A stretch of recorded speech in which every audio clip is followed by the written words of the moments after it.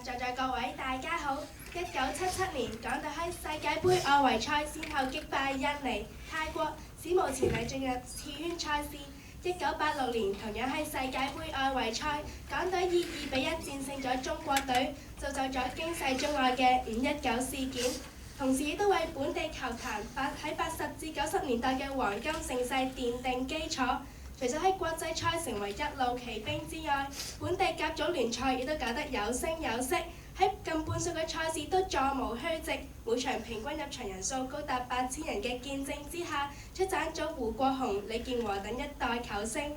可惜好景不常，踏入千禧世代，有能力嘅球員相繼退役，可以接班嘅年青球員亦都寥寥可數，令香港球賽嘅質素每況愈下，國際賽嘅成績亦都一落千丈。時至今日，港隊嘅世界排名已經由96年最高嘅90位下跌至152位，而甲組賽嘅平均入場人數亦都淪落到只得1000多人，可見香港足運已經風光不再。今日辯題中嘅關鍵字眼復興，根據現代漢語詞典嘅解釋，係指回復到興旺嘅境況。因此，今日嘅辯題所指就係球壇難以回復80到90年代嘅盛況。今日我方正立辯題係基於以下3大難處：第一，不再精英發展，政府資助劇減。香港康體發展局喺91年推出重點發展項目，每年撥款7836萬元，為項目中合資格嘅運動員提供包括訓練及直接嘅財政資助。當年足球亦被列入為項目之一，但係到咗97年，當局將此計劃改為精英體育項目，甄選準則由以往嘅5項增加到11項，但係由於港隊嘅國際賽成績未能達標，足球就被剔除於計劃之外，從此足運不再獲得政府嘅資助。因此，無論係訓練設施、大眾嘅關注以及對足球員嘅保障都大不如前，嚴重影響本地足運嘅發展。第二，經濟結構性轉型，職業球員機會成本大增。80到90年代，香港經濟發展以製造及轉口貿易為主，喺人力市場裏面，普遍都係低學歷、低技術嘅勞工，一般打工仔嘅薪酬都係只得4-5千，但偏偏當時正值球市嘅高峰期，甲組球員嘅薪酬普遍都過萬，加上當時一般對學歷嘅要求都唔高。因此，足球生涯只得短短12年，大掛靴之後以低學歷為工都不愁出路。咁嘅情況之下，成為足球員嘅機會成本非常之低。但係千禧年後經濟轉型，香港漸漸轉為知識型經濟，公眾對學歷嘅要求提高，生活成本都大幅攀升。偏偏現時甲組足球嘅月薪只得8-9千，在職時以足金見就，掛靴後前途更加冇保障。機會成本大增嘅情況之下，試問又點吸引到年輕一輩選擇做全職嘅球員呢？第三，外國球賽充斥，球迷熱情今非昔比。近年隨住香港唔同嘅電視台播放越嚟越多嘅外國足球賽事，報章亦都偏向以大篇幅報導外國球壇嘅消息，令到曼聯對車路士、皇馬對巴塞呢啲歐洲球會嘅大戰已經成為本地球迷嘅焦點。甚至 C 朗拿度有冇嫖妓呢啲國際球星嘅花邊新聞，都成為球迷茶餘飯後嘅話題。正如本港一代球星李健和都話：香港越多外國嘅直播比賽，球迷對本地波嘅熱情同歸屬感都自然減低，對本地賽事嘅入場人數都會有正面嘅衝擊。如果有分同學要反對辯題，就必須論證以上3大問題都可以輕易解決，否則今日嘅辯題理應成立。多謝各位。主席、評判在座各位大家好。其實有分同學一出到嚟咧，同我哋講咗3樣要點㗎。第一就係話而家呢個政府嘅資助係唔足夠，所以咧我哋就唔可以復興啦。第二就係話而家呢啲球員對球員嘅保障咧係少咗㗎，而且佢哋嘅薪金亦都係冇咁高嘅時候，就會冇咁多球員係入行啦。而第三就係話觀眾人數嘅減少。但係其實今日有幫同學係點解認為一定要靠政府支持足運呢個復興呢？其實我哋見到強如英超聯賽，佢哋都只不過係靠商業化嘅運作嚟支持嘅時候，點解有幫同學認為必須要靠政府嚟到支持呢？但其實今日有幫同學支持辯題，其實只不過係因為睇唔清香港足運嘅發展局勢啫。香港足運嘅復興，贊助觀眾同球員係缺一不可㗎，而佢哋彼此係環環相扣㗎。贊助可以提升球員嘅技術，技術能夠吸引觀眾，而觀觀眾就會帶嚟更多嘅贊助。咁究竟香港足運嘅現況又係點呢？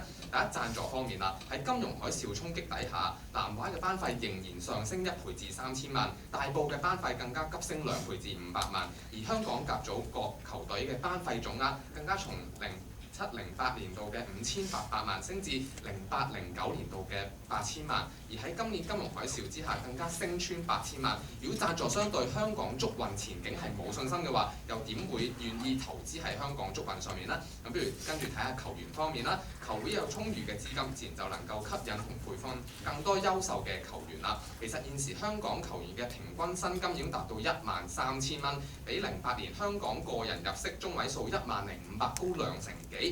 而將來球會甚至可以將球員逐步全面職業化，再配合香港體育協會暨奧林匹克委員會已經喺08年7月推行嘅全面運動員退役計劃，為運動員提供未來進修同埋就業方面嘅支援，等佢哋可以完全免去生活嘅後顧之憂，佢哋自然就可以更專心同埋有更多時間進行訓練，提升自己嘅技術水平啦。而另外，球會亦都可以喺政府同私人足球班以外提供更多嘅青訓，等更多有潛質嘅青少年有機會受訓，咁就可以促進第三樣，亦即係觀眾嘅入場啦。其實有班同學千祈唔好以為香港人淨係識睇英超西甲喎，事實上近3年入旺角同香港大球場睇甲組賽事嘅平均觀眾人數累積升咗60%啊！上月對南華對內政聯嘅賽事，甚至吸引近9000人入場。其實我剛同學所講，唔可以吸引到好似70-80年代8000人入場，係咪唔能夠嘅呢？我哋見到而家已經有一個趨勢係上升緊嘅時候，點解同學一口咬定就唔可以去到8000人咁嘅興旺嘅時期呢？其實在座各位唔使驚訝香港足運嘅吸引力㗎。其實南華喺最新嘅世界球隊排名入邊嘅排名，甚至比英超聯隊富咸同樸茨茅夫係更高㗎，可以見到香港球隊嘅實力啦。而且講真，親身入場睇波又點同電視上面睇咧？氣氛上始終有好大嘅唔同，而對自己嘅地區球隊嘅一份情意結，亦都係其他地區聯賽唔可以得到嘅優勢㗎。就好似地區性球隊大埔同天水圍飛馬一樣啦，大埔就有佢哋自己嘅地區性球迷會，飛馬更加曾經以免費巴士接載區內球迷為球隊打氣。總而言之，我哋可以見到香港嘅球賽嘅可觀性，比之於世界級嘅聯賽仍然係有競爭力㗎，有吸引咗越嚟越多嘅觀眾，贊助額亦都不斷上升，故此本地嘅足運其實已經開始復興㗎啦。而喺下一個球季，香港職業足球聯賽呢個類似於外國嘅英超西甲嘅聯賽上馬之後，將會取代現有嘅甲組聯賽，並規定每隊至少有15位職業球員，令球隊逐步全面職業化，亦都有主客場嘅制度，逐步推行地區化，更加硬性規定設立3隊唔同年齡嘅青年軍，令青訓更全面推行。我哋可以見到復興嘅步伐只會越嚟越快。點解同學唔了解呢？故此今日我哋見到嘅就係本地足運越嚟越多人願意搞，越嚟越多人願意睇、願意踢嘅時候，本地足運又點會能復興呢？多謝各位。主席、評判有方同學在座各位大家好。今日有方同學同我哋講咗唔少嘅利好因素㗎，例如港職聯將會成立、入場人數有所上升等等，但係就偏偏搞唔清楚今日要令球壇興盛嘅2大因素。第一係源源不絕嘅人才供應。巴西、非洲佢哋冇錢發展足球嘅，點解都有咁多人才呢？除咗球員天分之外，另一個最主要原因就係喺當地做足球嘅機會成本低，因此踢足球甚至係一份相當可觀嘅職業。而另一個因素就係喺有巨大嘅起始資金，為整個球市投入金錢嘅巨石。好似日本喺1993年投放2000萬美金發展足球，當時請咗鄧加、白必圖、薛高等等高質素嘅球員，提高比賽質素。兩者都能夠刺激到球市發展，但係今日香港到底有以上邊一項因素呢？1997年足球不再被列入精英運動項目，因此喪失咗700幾萬嘅精英運動項目嘅額外資助，當中包括推動足球發展、推廣、就業補貼、培訓人才等等。香港體育學院嘅前身銀禧訓練學校中，當仲有資助嘅時候，培訓出眾多嘅球星，例如李健和、歐偉倫等等。而停咗資助之後，呢一間兵工廠亦都停止運作，香港足球壇可謂人才兩失啦。而呢啲問題直接影響到90年代尾到千禧世代嘅球壇。香港嘅世界排名亦都隨住入場人數、比賽水準等等一併下降，由80-90年代長期徘徊喺90比100，跌到千禧世代平均730幾至130幾至140幾。球會經營變得困難，縮班情況亦都因而出現。縮班導致球員減薪，由以前高峰平均達到萬幾蚊，而家少咗1/3，即係平均7、8千蚊左右。實在唔明白有方同學如何計算出13000嘅平均收入啦。生活指數一直上升，實際收入唔單止冇隨住通脹上升，反而下跌。做球員嘅機會成本亦都越嚟越高，引致進一步有人才嘅流失。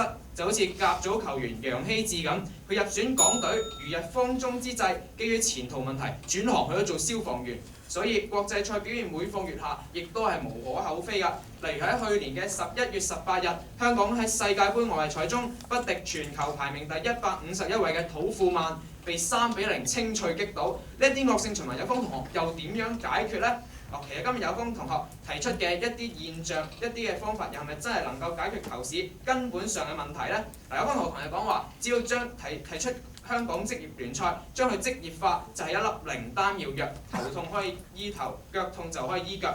但係我想問有方同學，究竟呢一個港職聯係乜嘢嚟㗎？澳門足球想興旺，係咪搞一個澳門職業聯賽又可以解決問題呢？香港籃球唔夠興旺，係咪搞一個籃球職業聯賽又可以解決問題呢？到底職業化同興盛中間有乜嘢必然嘅關係？希望有方同學一副出嚟同我哋解釋清楚。另外有方同學又同你講話，原來今日南華肯大搞足球，就可以令到香港足球更加興盛起嚟。但係見到有幾多個羅傑城，有幾多隊南華呢？到底今日我哋情況係咪真係有方同學講咁理想呢？所以希望有方同學為我哋正面回答。多謝各位。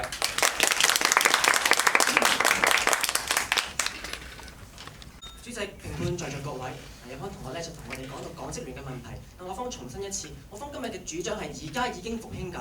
港職聯即係個催化劑嘅作用，跟住有方同學就同我哋講到呢個消防員轉職嘅例子，不過又搞清楚係01年未復興嘅時候嘅例子嚟㗎啦。仲有跟住有方同學其實就話啦，今日嘅最大邏輯就係話，今日本地波搞唔成本人才，點解呢？就因為精英計劃之後呢，政府就唔做嘢，唔支持啦。不過係唔係呢？首先我哋嘅政府康文署一直都有搞青訓，又喺將軍澳起足球訓練學校等等。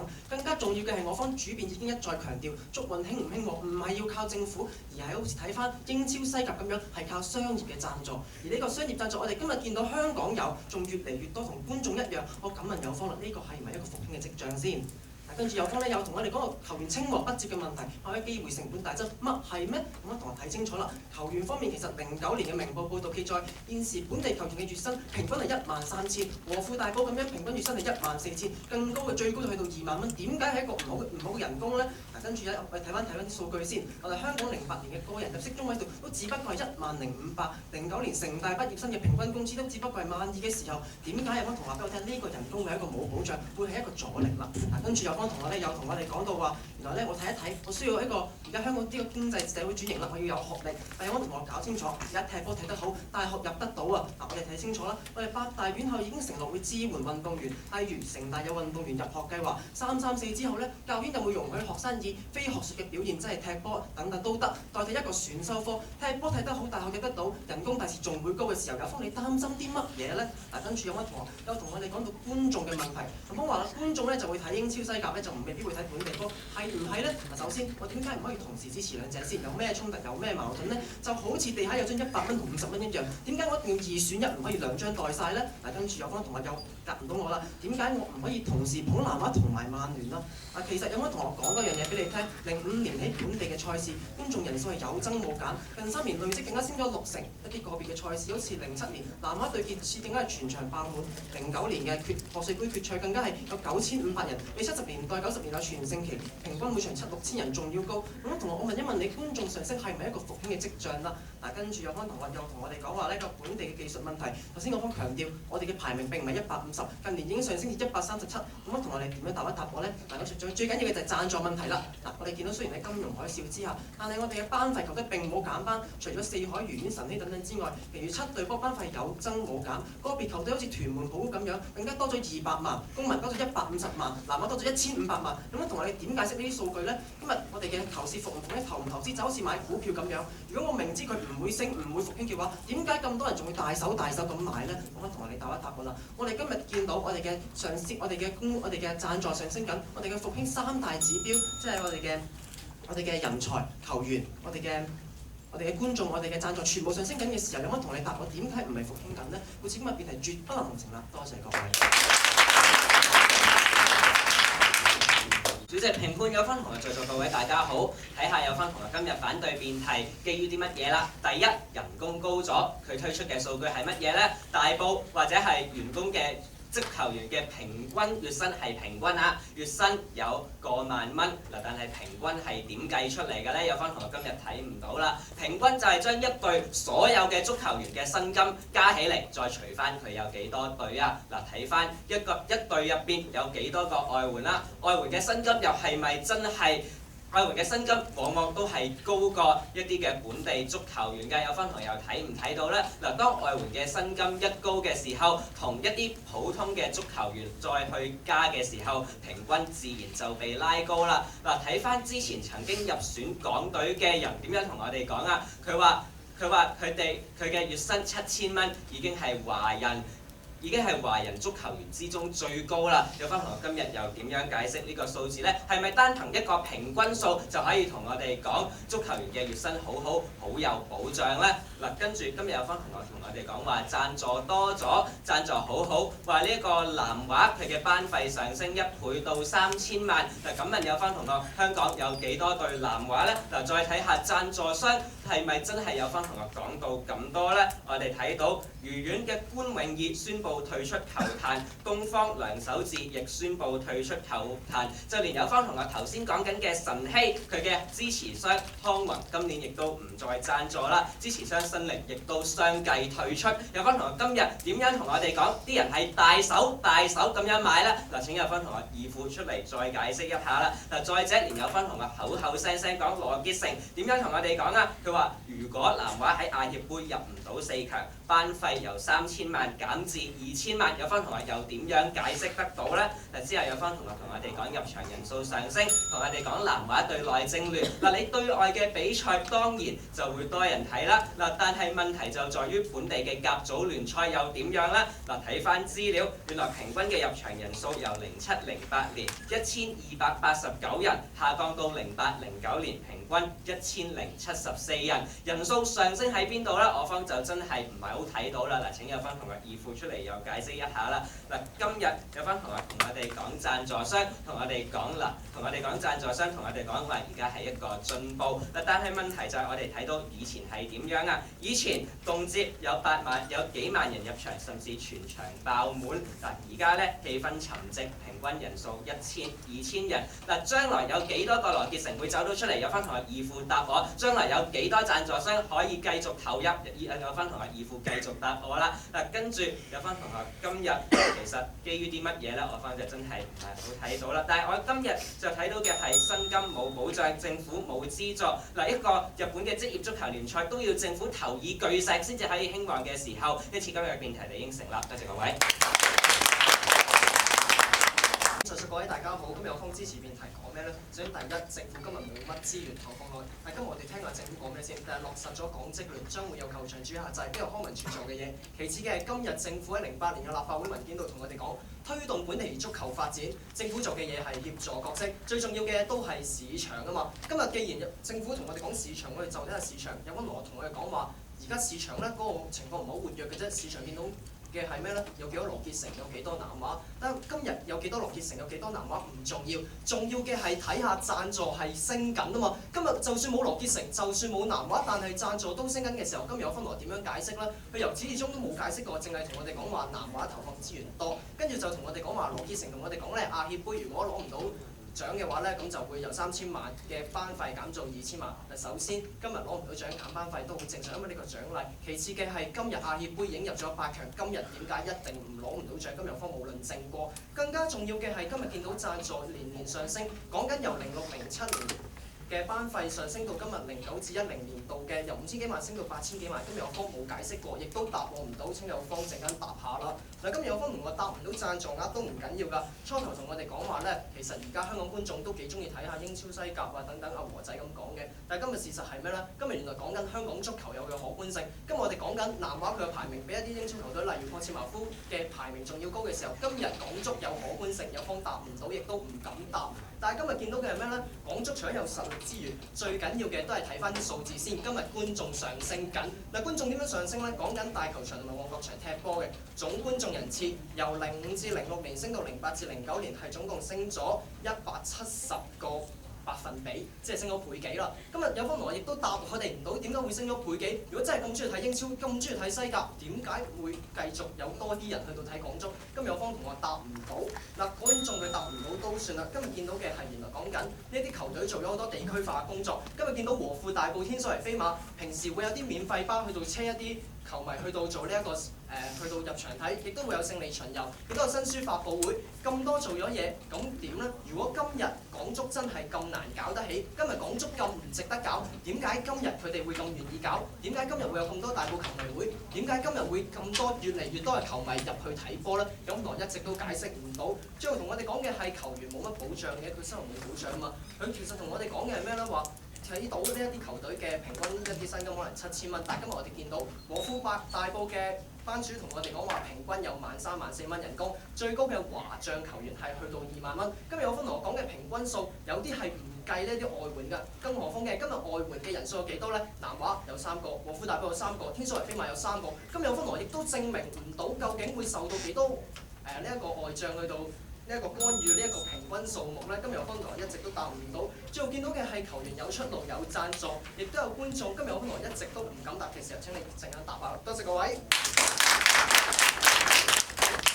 今日頭先義父就同我哋講話總入場人數上升，嗱我方都睇到總入場人數係上升，但係問題就係佢由07-08年嘅場數81場變到今年156場，總人數上升唔出奇㗎。問題就係平均場數點樣？平均場數我頭先都有講過啦，有所下降嘅時候，有翻同學呢個數字點樣解釋？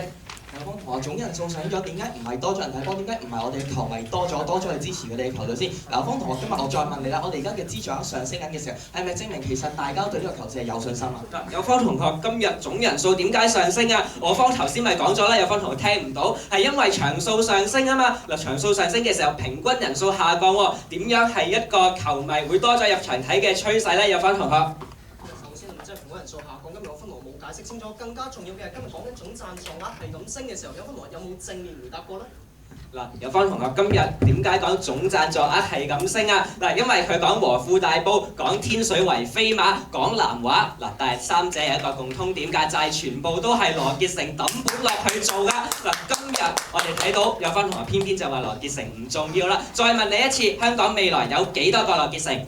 我同學，我唔理有幾多個羅傑承都好啦，但我想問一問你，我哋見到球隊入邊7隊都上升得幾隊唔升嘅時候，點解唔係一個復興嘅跡象？嗱，點解可以唔理羅傑承咧？有方同學頭先明明同我哋講話，原來南華、飛馬呢啲都係羅傑承抌本嘅時候，嗱就係因為有佢，所以佢哋嘅班費先至會上升嘛。有方同學，今日我再問多你一次啦，未來有幾多個羅傑承走出嚟？有方同學，我想再問一問你先，咁樣點解話俾我聽羅傑承會突然之間死亡唔再投資咧？嗱，羅傑承自己同我哋講㗎，嗱，原來當佢哋發覺呢個足球壇唔再可以賺到錢嘅時候，就會撤銷資助咯。嗱，再睇翻足總主席點樣同我哋講啊？佢話現今嘅結構性問題未解決啊，未來球壇都依然唔可以復興嘅時候，投資者就會撤出啦。呢個點解唔係對未來嘅一個因素咧？而家方羅今日終於聽到羅傑承同你講話，如果球壇賺唔到錢就會撤出。但係今日羅傑承抌錢落嚟，係咪即係話佢睇好球市咧？嗱，方羅今日再講啦，公民、普高呢啲全部嘅球隊，佢哋資助、佢哋嘅贊助而家升緊，呢啲咪全部都羅傑承佢哋班主係邊個？方羅知唔知道啊？嗱，有翻同學今日有翻同學講贊助，我方都睇到晨曦嘅康宏退出咗啦，嗱，連呢個新力都退出埋啦。然之後有翻同學講嘅東方，佢嘅班主亦都退出球壇嘅時候，今日有翻同學點樣同我哋講贊助上升？係咪單單一個贊助費上升咗一個總額？因為羅傑承呢個總額令到成個總額上升咗，就係贊助有所上升咧。再問多有翻同學一次，有幾多個羅傑承咧？首先今日有一個羅傑承，但係羅傑承今日點解會咁願意抌本？有方同學唔肯解釋，更加重要嘅係公民屯門普高嘅贊助額上升，有方同學唔答。仲有東方嘅梁守志，佢因為身體唔好，所以咪退出。有方同學見唔見到？可唔可以答我點解平均贊助額會升？嗱，有方同學平均贊助額點解會升？我咪答咗你咯，咪就係因為有羅傑承佢掟咗3000萬入南華咯。嗱，之後有方同學今日睇未來嘅趨勢，嗱，但係今日有方同學答唔到我喎。嗱，原來我問咗3次，有方同學今日都答唔到我未來有幾多個人仲願意抌本咧？嗱，得羅傑承一個睇好球市係冇用嘅，嗱，仲要有好多人去睇好球市先至有用嘅。嗱，而且羅傑承點樣同我哋講啊？佢同我哋講已經對港職聯未來呢個聯賽心灰意冷嘅時候，有方同學點樣同我哋講未來係復興咧？方同學今日唔好混淆先得唔得？我哋唔係全部錢都係羅傑承抌入去㗎嘛。我哋嘅大埔球隊、我哋公民球隊、我哋普高球隊呢啲係唔係羅傑承抌錢落去？嗱，我唔明白羅傑承身為南華嘅班主，點解佢會抌錢落去其他球隊嗰度啊？嗱，有方同學羅傑承身為南華嘅班主，但係又睇唔睇到同時都係天水圍飛馬嘅班主咧？嗱，之後有方同學今日同我哋講話一個平均嘅月薪有所上升，嗱話一隊有幾多個外援啦？我哋一隊有幾多個外援？一隊好少個，一隊其實得好少嘅外援，但係咪一個好少嘅外援就代表唔可以拉高成個嘅平均月薪咧？我方睇到一個外援平均講緊月薪係3-4萬嘅時候，點解拉高唔到咧？有方同學講嘅13000呢個數又係咪真係咁準確反映得到咧？今日大埔捉住自己同佢講，更何況嘅佢話最高係呢個華將2萬蚊。今日華將係咪會計埋外國人咧？同學今日講緊華將，但係我哋睇到今日新進嘅平均都只係3000到4000蚊。嗱，點解佢有月薪2萬蚊啊？因為佢真係香港足球先生啊！香港有幾多個香港足球先生？首先有邊個新進同埋邊個新進話俾你聽，佢淨係得3-4千，今日見到普遍都有萬幾蚊喎。普遍講緊萬幾蚊係乜嘢咧？有方同學頭先講過係一個平均數，平均數點計出嚟？我方都解釋過啦。嗱，再講一次，有方同學話最高月薪嘅華將係2萬蚊，但係佢係香港足球先生。香港有幾多個香港足球先生咧？嗱，好啦，今日有方同學終於承認我哋嘅華將嘅平均人工係13000蚊啦。嗱，跟住有方同學同我哋推啦，同我哋講話咧，嗰啲新進嘅唔夠高人工。嗱，方同學我想講邊個行業嘅新進一入去有萬幾蚊嘅咧？有方同學咁嘅講法係咪即係話其實個個行業都冇吸引力，個個行業都吸引唔到新人嘅咧？有方同學今日我哋既然見到13000蚊一個合理嘅水平嘅時候，點解有一個發展嘅機會，球員見到一個發展機會唔會入行？嗱，我哋再講一次啊！一個13000蚊嘅數字係基於有外援拉高咗成一個平均數，所以先睇出嚟好似好多咁。其實只係好少啊！尤其係足球員佢哋嘅水平會隨住年紀而下降，根本上佢哋嘅人工係一直會跌緊嘅。有方同學又睇唔睇到？有方同學即使佢退役咗之後，佢哋人工老咗，唔係佢哋老咗，佢哋人咧都可以有一個退役計劃㗎，佢哋依然係可以去繼續進修等等。我想問翻有冇同學，我哋見到而家薪金普遍上升，觀眾越嚟越多，有越嚟越多贊助嘅時候，點解呢啲唔係復興嘅跡象？有方同學退役計劃，我35歲掛靴，然之後去讀3年大學，我38歲出嚟揾工作，係一個中年人士，我累積咗。正方嘅發言時間用完，請打風派出一位同學。好，今日講緊總贊助額，今日講緊平均贊助額，有方同學就唔同我哋理啦，就係唔同我哋講話得一個羅傑承，但係今日事實點解羅傑承願意抌本，佢解釋唔到，佢淨係同佢講話，主要覺得咧唔理想咧就會撤資，但係今日佢依然抌本，依然係繼續搞落去。今日港職聯佢依然繼續好落心落力咁搞，今日有方同學唔解釋。今日去到講呢一個球員嘅薪金啦，今日見到嘅係原來平均萬幾蚊，佢係咁同我講話華將話。唔係華將嘅，今日講緊原來和富大埔佢嘅最高嘅華將個薪金係2萬蚊。今日同我講有幾多個足球先生，但係今日李威廉由和富大埔轉咗去呢一個南華嘅時候，今日和富大埔依然有呢一個最高2萬蚊嘅薪金。今日有方同學亦都唔肯解釋。因為好啦，去到講呢一個總觀眾平均入場人次嘅時候，今日又唔同我哋答，淨係同我哋講話咧嗱，而家場數上升咗，所以咧咪會升咯。但係今日講緊計翻平均嘅時候都會升。今日有方同學點樣解釋咧？依然係解釋唔到種種嘅問題。今日有方同學解釋唔到，一路同我哋講所謂嘅利淡因素。但係今日呢係咪真係利淡因素咧？淨係同我哋講話有機會撤資，有機會唔搞。但係今日事實上佢依然好落心落力，依然對住南華好開心咁搞落去，依然肯抌本落去。今日有方同學點解可以全盤唔解釋啦？好啦，去到咁上下啦，跟住一開始嘅主編同我哋講咩咧？話政府其實冇乜同學資源，但係今日我哋講緊嘅係咩咧？原來呢個足球運動嘅發展咧係需要靠呢一個市場嘅。咁有好多唔答啦，退啦，跟住去到咩咧？我哋講話可能會唔夠人喎，但係今日事實上見到有好多青訓。08年3月，天水圍飛馬喺呢一個公開招募青年軍嘅時候，見到有好多人，有800幾個人嚟報名。今日如果足運夠唔值得搞落去，今日如果啲人夠唔中意做足球員，今日啲人夠唔中意踢波，今日個個都唔想搞嘅時候，可唔可以解釋俾我聽嗰800人係咪俾人揾支槍指住去報名嘅咧？今日事實上唔係咁樣嘅時候，點解有分羅可以全盤唔答我哋，淨係同我哋講事實上咧話依然只係得一個羅傑承，依然只係得少少嗰個贊助。但係今日有分同學通通都解釋唔到嘅時候，今日真係好可惜。好可惜在於今日有分同學青訓唔答，跟住同我哋講港職聯嘅時候咧，佢質問我哋。多謝各位。現在雙方結辯各有2分鐘時間。各位大家好，嗱今日有方同學同我哋講話足運難以復興，但係經過今日全場比賽啦，有方同學今日究竟有冇同我哋睇清楚事實咧？而家足運究竟係一潭死水啊，定係我哋其實已經踏上咗復興之路咧？嗱今日有方同學話你有困難，第一個困難係咩啊？第一個困難有方同學話政府資助減咗，我哋而家嘅青訓工作冇咁好啦。嗱第一，而家政府係咪真係完全唔支援足球嘅發展嘅咧？其實見到唔係㗎，康文署一直都有透過呢個資助計劃去協助足總舉辦一啲足球嘅培訓活動。嗱唔似有方同學咁樣講話，而家政府乜嘢支援都冇，由得業界自己做㗎嘛。而且政府亦都批地俾將軍澳咧去興建一個足球訓練中心，下年就會啟用㗎啦。咁有方同學同我哋講乜嘢話政府而家冇支援咧？嗱就算喺部門嚟講，政府支援真係少啦。咁其實係咪政府冇支援就等於我哋冇辦法培訓到好嘅球員出嚟先？我哋嘅英超、我哋嘅意甲、西甲，佢哋嘅球員係咪全部由政府培訓出嚟㗎？唔係嘛。我哋見到我哋球隊一樣有青年軍，我哋嘅球隊一樣有青年嘅課程。其實我哋嘅球隊都可以分擔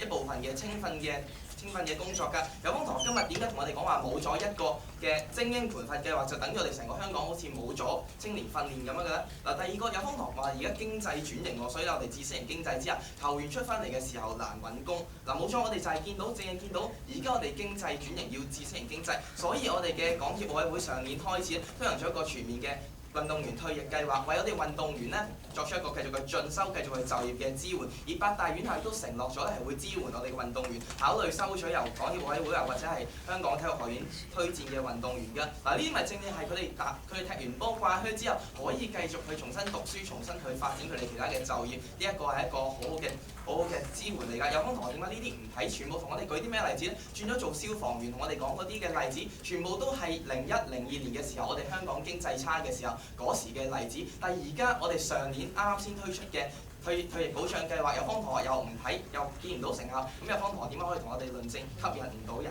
入嚟我哋足球界咧？嗱，至於薪金方面啦，有方同學今日最後係都係承認咗咧，我哋係平均華將嘅平均薪金咧係13000蚊。有方同學擔心嘅只不過係啱啱入行嘅時候，我哋嘅人工過低，但係冇錯問題係人工過低係啱啱入行嘅時候，但係只要我踢得好，我踢得叻，我唔憂冇球會收我唔憂我嘅人工冇保障嘛。有方同學見到嘅就係一個咁嘅發展機會嘅時候，點解我哋唔能夠吸引到一個有志於足球界發展嘅人去加入我哋嘅足球界先？有方同學今日其實根本就冇睇過事實，其實最後講一句啦，我哋今日睇到嘅就係我哋飛馬我哋嘅南華，佢哋招募青年軍嘅時候，有接近過千人到場去面試去應考，呢一啲就係有志發展足球嘅人士。佢哋而家我哋見到佢哋而家真係想去報考啦。有方同學今日點解同我哋講話我哋而家係欠缺人才咧？好啦，第三點，有方同學今日同我哋講話觀眾咧掛住睇英超，唔會睇香港波㗎。嗱，首先我哋香港波係咪比英超爭咁遠先？有方同學唔好以為我哋香港真係踢得咁渣先得㗎。好似南華咁樣，其實佢嘅世界排名係高過富咸、諾茨茅夫㗎。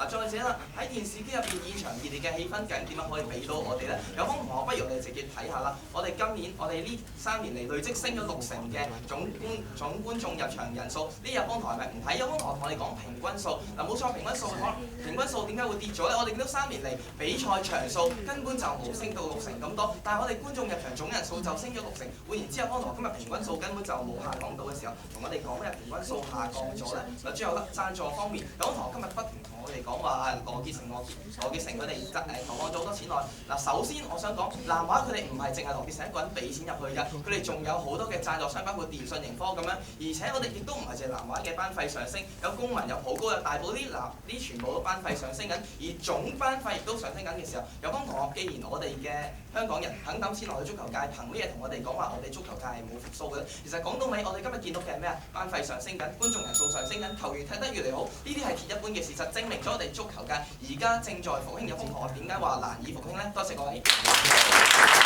主席、評判、有方同學在座各位大家好。要香港足球回到興盛，80、90年代正正就係興盛嘅年代。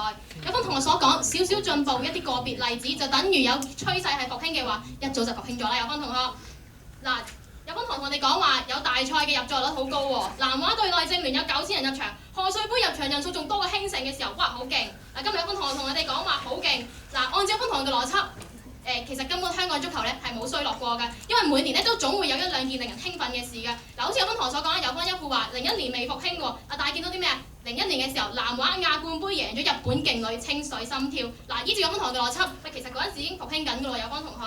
嗱，再睇啦，情況就好似漁農業，今日發明咗聰明米，種米種得快啲。依照有方同學嘅邏輯，有米。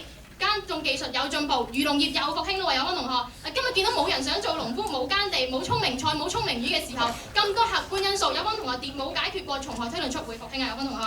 今日見到有好多根本性嘅客觀因素，有方同學未解決過，機會成本大大上升。今日足球員生涯短，人工唔高，依家物價又升咁多，以前都仲話有萬幾蚊啦。歐偉倫、李健和有4、5萬喎，依家得翻幾多？8、9千。嗱，新進嘅得翻3、4千，有方同學咁叫高啊？嗱，足球先生都係得2萬啫喎，物價上升，物價低嘅時候，反而人工仲高啲。踢完波出嚟做的士司機，好多人都寧願讀好啲書啦。有方同學，有方同學同我哋講話八個人參加青訓，但係有幾多個會出嚟做職業球員先？佢哋係業餘培訓啫嘛。有方同學講話職業化就好喎，有幾多人真係會做職業球員啊？嗱，其實今日運動員佢哋面對嘅機會成本係好高㗎，其他發展到係因為有政府額外嘅津貼啊嘛。有方同學今日睇唔到政府額外津貼係有幾咁重要。嗱，佢哋可以降低到嗰個機會成本，嗱，即係加入呢個精英運動員計劃啦。嗱，足球偏偏就冇，而且今日如果喺香港，如果啲運動員係冇呢筆額外資助嘅話，其實係好難發展到㗎。嗱，今日見到係咁難嘅，而且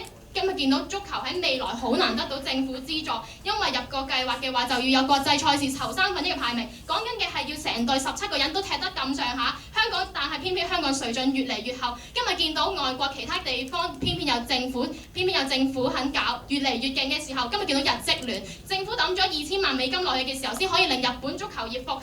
今日有方同學問我哋點解要靠政府喎？冇政府咪唔夠錢咯。贊助商又冇嘅時候冇錢，咁點發展啊？有方同學，嗱，今日有方同學同我哋講話，羅傑承啊嗰啲好多都可以搞到個球壇啦。羅傑承唔係超人啊，有方同學，一個羅傑承好係咪等於成個足壇都好啊？佢可唔可以帶我哋入翻去精英運動員計劃，或者充當政府津貼所有球員咧，接濟球員咧？嗱，今日最大個問題係佢連佢都話要走嘛，唔止佢喎。嗱，今日見到我哋足總主席梁孔德都話，如果係咁嘅話，投資者就繼續落去咁嘅話，投資者就會失去興趣。羅傑承同我哋講，對港職聯心灰意冷，東方退出甲組暗投反對票對港職聯。有方同學講港職聯有用，點解咁多人反對咧？今日如果有方同學問我哋冇可觀性嘅話，點解會有咁多人入場？入場人數又點會上升？嗱，今日見到平均每場入場人數係下跌緊。有方同學06、07年平均每場有1530人，去到08、09年得翻1074人。如果咁樣1530去1074，唔通咁樣叫升咗啊？有方同學。嗱，好似洋務運動咁，有一定北洋艦隊一定係有進步㗎。但係偏偏慈禧就唔肯俾錢出嚟嘅時候，呢啲根本性嘅條件解決唔到嘅時候，最後咪失敗咯。有方同學，今日見到有好多根本性嘅問題未解決，惡性循環仍然喺度嘅時候，有方談何同我哋講話會有進步，會長遠嚟講會復興到先。嗱，有方同我哋講話依家其實香港足球唔係咁差嘅啫，同英超唔係爭咁遠嘅咋。嗱，今日見到嘅係咩啊？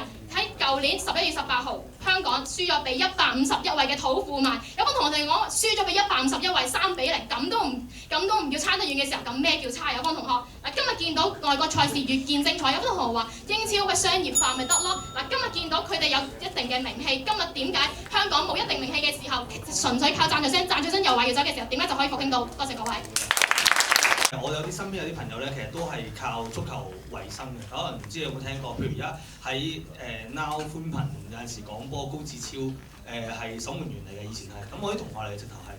即係我引以為榮嘅一件事，就係喺一場嗰啲比賽度班仔啲射入過佢啊嘛，佢入過港都係第3門將嘅都係，幫即係好少去做一個正選咁樣啦。咁范俊業咁佢個人嚟講又去咗即係去試過去做下嗰啲，譬如一啲廣告啊，或者喺一啲電視做一啲主持。咁其實你會見得到其實我諗呢條辯題嚟講咧，我比較同情反方同學，因為都幾難去講到就係話我哋香港係有一個嘅希望係喺嗰個足球上邊，即係你點樣能夠論證到就係話嗰班嘅球員肯委身去擺佢嘅時間，係即係擺喺足球呢個 feel 上邊去換取一啲金錢咧，比較難嘅。咁我諗喺雙方爭拗嘅時候咧，反方嘅同學用咗就係話而家嘅平均數係10000 13000蚊嘅，頭先結便講過，有同學講12000啦。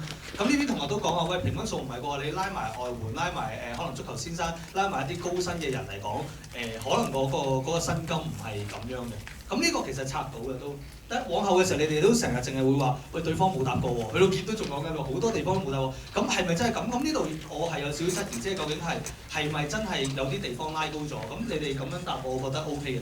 咁第二邊廂我亦都會想放大去講，就話足運上邊其實你哋講個人工，我估你哋可能揾招，即係話可能淨係個球員啦。咁會唔會其實要睇埋就係成個有份參與呢一個足球事業嘅人咧？無論係幕後嘅階層係嘛，教練咧，一啲助教。其實好多我覺得點解唔使提嘅？即係講成個足運，可能呢啲又唔需要提喎。即係淨係球員踢晒就得喎。咁辯論隊都淨係應該學生得啦，唔使教練，唔使老師啦。即係如果我係咁睇嘅時候，咁亦都衍生另外一個問題就係頭先我哋幾位評判都有講過，即係喺呢條辯題話點解可能係反方難打？可能大家都會比較知道一樣嘢就係話佢哋一啲嘅球員佢哋會去轉職。頭先你哋有回應嗰句嘢就係喂，你講個消防員例子，我睇下01、02年啫嘛。係咪真係咁咧？咁其實經濟好嘅時候，其實我見到好多球員都會去另謀一啲出路。就算佢哋係當打嘅年紀，都會諗緊我掛靴就做乜。例如譬如鄭少聰啦，去球員兼教練㗎嘛，好似藤真咁樣㗎嘛，係咪？球員兼教練，即係喂半場嘅時候咧，指導係死機唔得啦，換衫落場踢。佢真係咁樣嘅。點解？因為佢喺嗰個階段嚟講咧，佢考埋嗰個教練嘅牌照嘛，咁啊落埋場，咁啊踢埋，咁啊又可以做。但係唔係代表佢已經掛靴未掛靴。咁亦都有球員以前有新聞，不過我諗正方冇講啦，呢度變咗攞唔到分啦。即係除咗消防員例子之外，其實有啲球員應該係我記得喺報紙度講過，就係話佢哋點解話佢哋體力唔夠，跑唔到嗰咩3000米咧，跑個圈數㗎嘛。我唔知係咪3000米。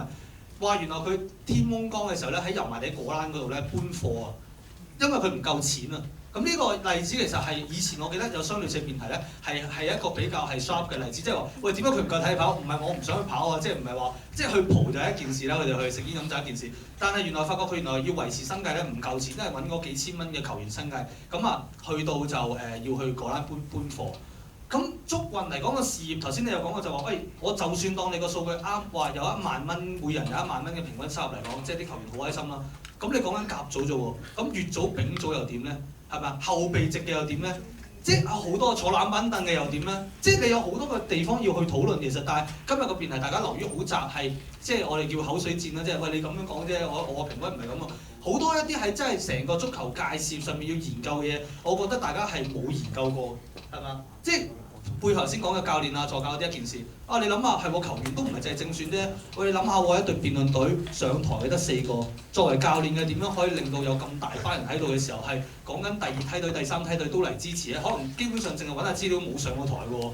有同學係投訴，即係向我投訴話：喂，阿 Sir 你成日唔出喎，即係再唔出走㗎咯。咁你可唔可以安撫佢咧？俾啲細賽打。咁但係對球員又唔係話可能出場先有錢㗎喎，打啲杯賽或者打啲比賽贏先有獎金㗎喎。咁可能嗰啲收入平均收入會唔會計埋呢啲咧？但我完全唔知，即係好複雜嘅一件事。咁但係喺個辯論上，其實理論上係應該要聽到咯。咁至於當然正方嘅同學嚟講，亦都講緊就係話你講咗3大個條件，即係話好難復興嗰啲嘢。但係略言就係話關於一個叫做咧喺嗰個成個香港嘅氣氛嗰個文化底下咧，點解啲人咧唔去支持本地波，而反而去支持一啲英超或者曼聯？但係你叫我個人嚟講，去數曼聯由個即係正選嗰站名單11個到後備咧，可能我數得出。你個數南我數唔出。即係可能以前我仲係停留喺即係李健華有踢緊右後衞嘅時候嗰年代，佢轉咗幾次會，跟住我已經冇再留意啦。明唔明我意思？即係佢淨係停留喺嗰個年代，咁已經完咗，已經成件事。咁但係我覺得正方好嘥嘅一樣嘢就係話喺3個嘅鋪陳底下，冇講翻就係話而家點解啲人係唔支持嗱？過往嘅年代，我哋見到旺角大球場好多人都去到，即係你哋講話8000人嘅盛況啊，爆棚啊，咁啲人去擒晒電燈柱，其實再誇張啲係咪啊？擒晒電燈柱，你都冇講到嗰個盛況幾咁盛況。咁點解？因為嗰陣時娛樂少嘛，係咪啊？電視機都要成家人圍住睇一部嘛，或者隔離屋睇嘛。咁而家係咪咁？而家梗係唔係啦，起碼都即係裝完撈，仲要唔夠裝埋有線先覺得係我齊晒4大聯賽啦，集齊晒。咁係咁樣噶嘛？而家呢個年代係。咁你諗下就係話個資訊唔發達，造就到當時嗰個球壇係有咁興盛嘅狀況。而家係咪能夠係咁咧？唔係啦，因為我哋吸引好多。以前可能啲後生仔冇嘢做，咪踢波咯。咩叫波牛啊？有冇聽下許冠傑啲歌有講呢啲説話噶嘛？係咪？即係點解咁樣？而家啲學生哥唔温功課唔一定去踢波噶嘛嚇，佢做咩？好多可以上網打機啊，上網即係有好多樣嘅娛樂嘅嘢啊！我哋要講呢樣娛樂嘅，但係政方冇講過，喺呢個層面嚟講，亦都冇講。你哋有講機會成本，係話以前啲人咧，喂係投放嗰個時間擺落踢波度咧 OK 嘅，因為有個合理嘅回報。而家啲人唔得啦，因為出邊咧都有講學歷啊，都可以揾到食嘅。咁但係好奇怪一樣嘢就係話，你哋反而冇講就係話咧，擺喺我哋自己踢波呢個年代嘅時候，究竟最高點可以揾到幾多錢咧？有冇譬如踢波嘅時候個邊際嘅利潤，碧咸、C 朗去做啲代言人，香港得唔得？得做代言人，可以做下快譯通字典嘅代言人啊，可以嗰啲，咁你揾幾錢咧？即係你可以呢啲，我諗就係好嘥嘅。即係本身嚟講，正方拎住一條即係叫做比較好嘅站方咧。冇好好深化俾評判聽就話，其實唔係喎，就算佢哋喺呢度發展到好好都好，世界足即係就算做咗香港足球先生都好，2萬月薪之後有冇邊際嘅利潤嘅收入咧？冇乜嘅喎，係嘛？外國嘅球員大部分都行 catwalk 嘅喎，即係大部分身材好少少都可以行下 catwalk 嘅喎，咁啊賺錢唔使一定淨係講碧咸嗰啲代言人嗰啲，唔需要，即係呢啲我諗可以係去講多少少咯。咁香港出名嘅球星你哋有提過，譬如你哋講話胡國雄啊，以前之後可能有李健和，之後再數第三個數唔到可能係。咁呢啲我諗係比較係即係香港嚟講，可能係即係爭嘅地方。你哋本身可能要講多啲。即係對我自己個人嚟講，可能係歐慧倫最出名嘅地方係一樣嘢啫，就係因為佢識一招叫單刀橫傳，有笑呢樣嘢，個個都笑。